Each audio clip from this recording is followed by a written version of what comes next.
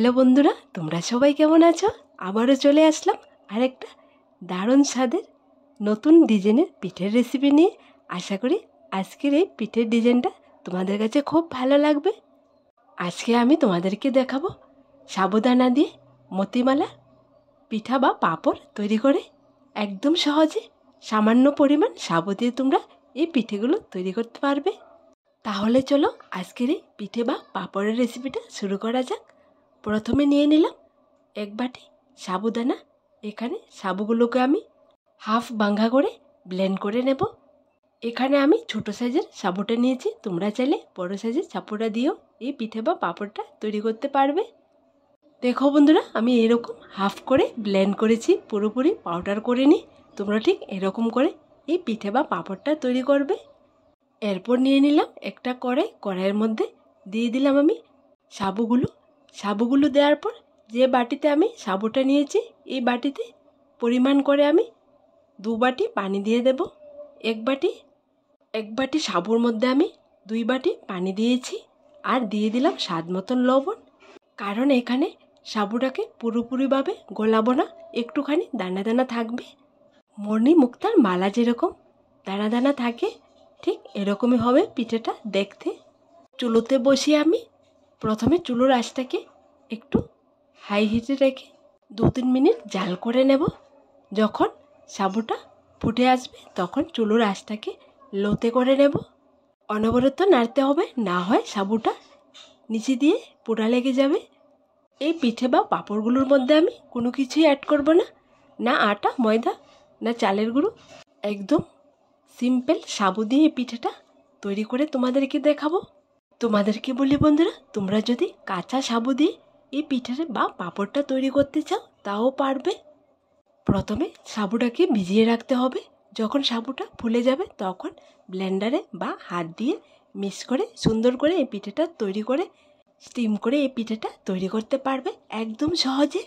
আমি এখানে সাবুটাকে রান্না করার পর পিঠেটা তৈরি করে তোমাদেরকে দেখাবো। দেখো বন্ধুরা, সাবুটা একদম হয়ে গেছে, শুকিয়ে মাখা মাখা হয়ে গেছে। এবার চুলোর আঁচটা বন্ধ করে নামিয়ে নেব।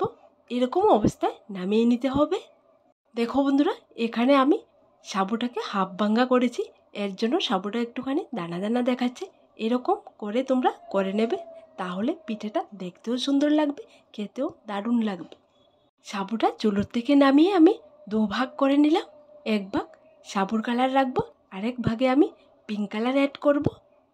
2 ভাগ করে আমি 2টা বাটিতে সমান ভাগে নিয়ে নিলাম আর কালার অ্যাড করে দিলাম। এখানে তোমরা তোমাদের পছন্দ মতো কালার দিয়ে এই পিঠে বা পাঁপড়টা তৈরি করতে পারবে। আমি এখানে আমার পছন্দ মতো কালার দিয়ে পিঠে বা পাঁপড়টা তৈরি করব। দেখো বন্ধুরা, একটা বাটি সাবু আমি হোয়াইট কালার রেখে দিলাম, আরেকটা বাটির সাবুগুলো আমি পিঙ্ক কালার করে নিলাম। এরপর নিয়ে নিলাম একটা গ্লাস আর একটা প্লাস্টিকের পেপার দিয়ে পিঠেগুলো আমি তৈরি করে তোমাদেরকে দেখাবো। এরপর প্রথমে নর্মাল সাবুর কালার পিঠে আমি তৈরি করে তোমাদেরকে দেখাচ্ছি।